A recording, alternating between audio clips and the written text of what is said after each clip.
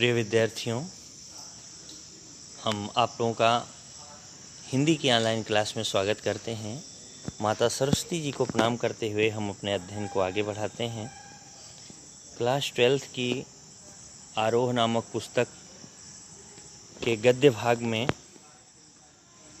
महादेवी वर्मा जी की जीवनी हम लोग पहले अध्ययन करेंगे। इसके बाद इनके द्वारा लिखी गई एक रचना जो कि भक्तिन नाम से बहुत प्रसिद्ध है, उसका अध्ययन किया जाएगा। महादेवी वर्मा जी छायावादी कवियों के 4 प्रमुख स्तंभों में से एक हैं, जिनका जीवन बड़ा ही दुखपूर्ण रहा। महादेवी वर्मा जी दुखों में तो पिरो दी गईं, लेकिन हमारे लिए बहुत सारी उत्तम रचनाओं को प्रदान करके गईं। हृदय स्पर्शी और मर्म को छू लेने में समर्थ इनकी रचनाएं जब किसी पाठक की आंखों के सामने पड़ती हैं तो उसका हृदय अपनी तरफ खींचने में पूर्णतः समर्थ होती हैं।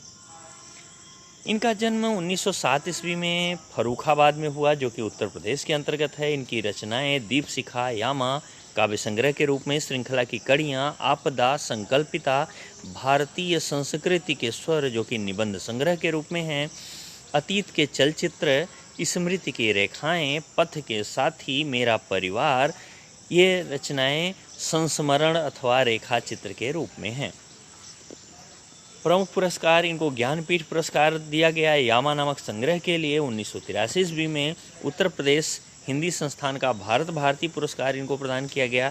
पद्म भूषण पुरस्कार प्रदान किया गया 1956 ईस्वी में। और महादेवी वर्मा जी हम सब लोगों को छोड़ करके अपने हिंदी साहित्य आकाश को सूना सा करके 1987 ईस्वी में इलाहाबाद में अपने इस पार्थिव शरीर को छोड़ करके स्वर्गलोकवासी हो गई। संसार के मानव समुदाय में वही व्यक्ति स्थान पा सकता है, सम्मान पा सकता है, या वही व्यक्ति जीवित कहा जा सकता है जिसके हृदय और मस्तिष्क ने समुचित विकास पाया हो। हृदय का विकास हुआ हो और मस्तिष्क का विकास हुआ हो, वही व्यक्ति उचित सम्मान पा सकता है। और जो अपने व्यक्तित्व द्वारा मनुष्य समाज से रागात्मक के अतिरिक्त बौद्धिक संबंध भी स्थापित करने में समर्थ रहा हो। रागात्मक यानी केवल प्रेम संबंध ही नहीं, बल्कि बौद्धिक संबंध, जिनके विचार लोगों को भाए, लोगों ने पसंद किया, ऐसा व्यक्ति अपने इस पार्थिव शरीर को तो छोड़ देता है, लेकिन उसका यश शरीर कभी विनष्ट नहीं होता। इसीलिए कहा जाता है कि हे भारती, हे माता सरस्वती, आपका ऐसा सुंदर प्रभाव है कि आप जिस व्यक्ति पर कृपा दृष्टि बना देती हैं, वह व्यक्ति इस दुनिया से सिधार जाने के बाद, इस दुनिया को छोड़ के चले जाने के बाद भी कभी वह इस दुनिया में मृत नहीं होता। अर्थात यश काया उसकी सदैव जीवित रहती है। साहित्य सेवी और समाज सेवी दोनों रूपों में महादेवी वर्मा की प्रतिष्ठा रही। साहित्य की साधना की, लेकिन समाज की भी बहुत सेवा की। यथासंभव समाज की सेवा तो की ही। इन्होंने गिलहरी, हिरन इत्यादि पे कहानियां लिखी। भक्तिन, इनके घर के पास में रहने वाली कुछ बालिकाएं जो हॉस्टल इत्यादि में रहती थीं या इनकी व्यवस्था में रहती थीं, उनकी सेवा भी इन्होंने अपने पूर्ण सामर्थ्य के अनुसार की। महात्मा गांधी की दिखाई राह पर अपना जीवन समर्पित कर उन्होंने शिक्षा और समाज कल्याण के क्षेत्र में निरंतर कार्य किया। नारी समाज में शिक्षा प्रसार के उद्देश्य से उन्होंने प्रयाग महिला विद्यापीठ की स्थापना की, ताकि स्त्रियों की शिक्षा भी सुचारू रूप से चल सके, अच्छी हो सके। साहित्य जगत में महादेवी वर्मा की प्रतिष्ठा बहुमुखी प्रतिभा के रचनाकार के रूप में रही, यानी काव्य, गद्य, संस्मरण, रेखा चित्र, बहुत कुछ, उपन्यास, कई सारी विधाओं पर इन्होंने अपनी लेखनी चलाई। विधा माने लिखने का तरीका, यानी कई चीज़ें लिखी हैं इन्होंने। अगर कविता के क्षेत्र में वे छायावाद के 4 स्तंभों में से एक मानी जाती हैं। एक महादेवी वर्मा जी, दूसरे हैं पंत जी, तीसरे प्रसाद जी, चौथे निराला जी। तो अपने निबंधों और संस्मरणात्मक रेखा चित्रों के कारण एक अप्रतिम यानी अद्वितीय गद्यकार के रूप में उनकी चर्चा होती है। कविता और गद्य इन दोनों क्षेत्रों में उनकी प्रतिभा अलग अलग स्वभाव लेकर सक्रिय हुई दिखती है। कविता में एक अलग प्रभाव है, गद्य में एक अलग प्रभाव है, यानी विचार शैली भी उत्तम है और वर्णन शैली भी उत्तम है। वे अपनी आंतरिक वेदना और पीड़ा को व्यक्त करती हुई इस लोक से परे किसी और सत्ता की ओर अभिमुख दिखाई पड़ती हैं। इस लोक में तो दर्द, दुख, पीड़ा है ही, लेकिन वो उस पीड़ा को झेलती हुई परलोक ईश्वर के प्रेम से जुड़ जाती हैं। तो अपने गद्य में उनका गहरा सामाजिक सरोकार स्थान पाता है। समाज से भी गहरा संबंध स्थापित करती हैं। समाज के लोगों से भी वो गहराई, हृदय की गहराई से मिलती हुई दिखाई देती हैं। उनकी श्रृंखला की कड़ियाँ, जो कि 1942 ईस्वी में रची गई रचना है, उस समय की अद्वितीय रचना है, जो हिंदी में स्त्री विमर्श की भव्य प्रस्तावना है। स्त्री के बारे में विमर्श करने की एक बड़ी ही प्रभावशाली प्रस्तावना के रूप में, भूमिका के रूप में है। उनके संस्मरणात्मक रेखा चित्र अपने आसपास के ऐसे चरित्रों और प्रसंगों को लेकर लिखे गए हैं जिनकी साधारणता हमारा ध्यान नहीं खींच पाती, लेकिन महादेवी जी की मर्मभेदी और करुणामयी दृष्टि उन चरित्रों की साधारणता में असाधारण तत्वों का संधान करती है, यानी जोड़ देती है। इस तरह समाज के शोषित पीड़ित तबके को उन्होंने अपनी गद्य रचनाओं में नायकत्व प्रदान किया। इनकी गद्य रचना में नायक कौन बना? जो शोषित है, जो पीड़ित है, ऐसे व्यक्तियों को नायक बनाया, जबकि ऐसे व्यक्तियों को नायक बनाने की प्रथा उस समय बहुत कम थी। उनके इस प्रयास ने हिंदी के साहित्य समाज पर ऐसा गहरा असर डाला कि संस्मरणात्मक रेखा चित्र की विधा के लिए शोषित पीड़ित आम जन को विषय वस्तु के रूप में मान्यता मिल गई। अन्यथा ऐसे लोगों को मान्यता मिल पाना ही बड़ा मुश्किल का काम था।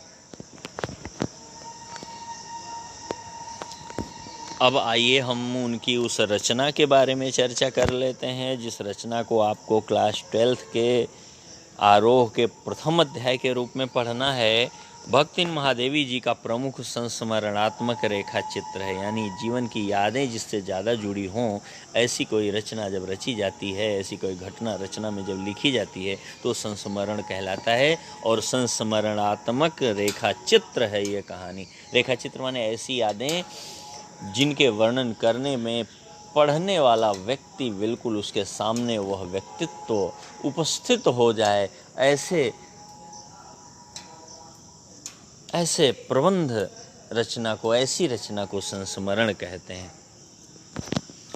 महादेवी जी ने अपनी सेविका, एक नौकरानी है, सेविका है, भक्तिन के अतीत और वर्तमान का परिचय देते हुए उसके व्यक्तित्व का बहुत दिलचस्प खाका खींचा है, चित्र खींचा है। भक्तिन के अतीत और वर्तमान का परिचय देते हुए उसके व्यक्तित्व का बहुत दिलचस्प माने बड़ा ही मनोरंजक खाका खींचा है। महादेवी के घर में काम शुरू करने से पहले उसने कैसे एक संघर्षशील, स्वाभिमानी और कर्मठ जीवन जिया, कैसे पितमक मान्यताओं और छल छद्म भरे समाज में अपने और बेटियों के हक की लड़ाई लड़ती रही। पितृसत्तात्मक परिवार में स्त्रियों की कोई विशेष सत्ता नहीं होती। पिता के मरने के बाद में उसके बेटे के नाम पे जमीन जायदाद चली जाती है और पुरुषों का ही प्रधानत्व, पुरुषों की ही प्रधानता देखी जाती है।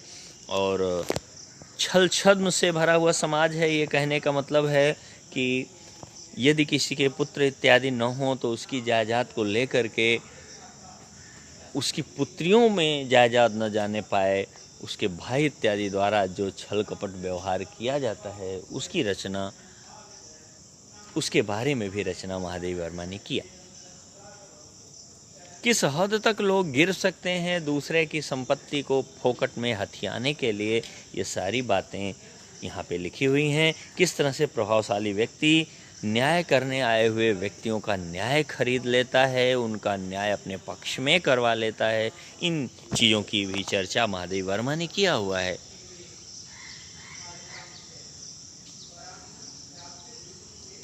और हार कर कैसे जिंदगी की राह पूरी तरह बदल लेने का निर्णय ले लिया महादेवी वर्मा ने, वो भक्तिन ने, सॉरी महादेवी वर्मा ने नहीं बल्कि भक्तिन ने यह निर्णय ले लिया। इसका अत्यंत संवेदनशील चित्रण इस पाठ में महादेवी वर्मा जी द्वारा किया गया। इसके साथ भक्तिन महादेवी जी के जीवन में आकर छा जाने वाली एक ऐसी परिस्थिति के रूप में दिखाई पड़ती हैं जिसके कारण लेखिका के व्यक्तित्व के कई अनछुए प्रच्छन्न आयाम उद्घाटित होते हैं। जिस पहलू के बारे में महादेवी ने कभी सोचा ही नहीं था, ऐसी भी बातें उनके सामने दिखाई पड़ने लगती हैं। इसी कारण अपने व्यक्तित्व का जरूरी अंश मानकर वे भक्तिन को खोना नहीं चाहती। समग्रतः माने पूरी तरीके से इस पाठ को परिस्थितिवश अक्खड़ बनी, पर महादेवी के प्रति अनमोल आत्मीयता से भरी भक्तिन के स्त्री अस्मिता को, स्त्री स्वरूप को संघर्षपूर्ण आवाज के रूप में भी पढ़ा जाना चाहिए। और यह वीडियो यहीं पे समाप्त करते हैं। आप इस कहानी में देखेंगे कि किस तरह से एक भक्तिन अपने जीवन में जो संघर्ष की है वो आपको दिखाई पड़ेगा। समाज के लोग छल किस तरह से करते हैं वो आपको दिखाई पड़ेगा। और महादेवी वर्मा ने एक कुशल चितेरे के रूप में उनका एक चित्र खींचा, वो भी आपको दिखाई पड़ेगा। और आप यहाँ तक देखेंगे कि कोई सेवक किस तरह से सेवक न रह करके अपना सर्वस्व अपने स्वामी को समर्पित करता है, अपने मन के पूरे भावों के साथ उपस्थित होता है। इन सारी बातों को आप इस कहानी में देखेंगे। आप लोगों को बहुत बहुत धन्यवाद। बने रहिए इसी तरह ऑनलाइन क्लास में, ताकि आप अपने क्लास 12th के इस अध्ययन को संपूर्ण बनाने की राह में अग्रसर होते रहें। कहानी अगले वीडियो में आप लोगों के लिए उपस्थित हो जाएगी।